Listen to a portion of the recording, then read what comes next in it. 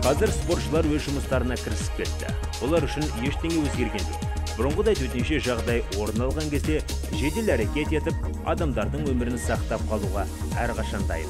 Алайда енді 3 миллион қазақстандық төтенше жағдай кезінде әлемнің ең мықты құтқарушылардың көмегіне жүгіне алатынына нық сенімді.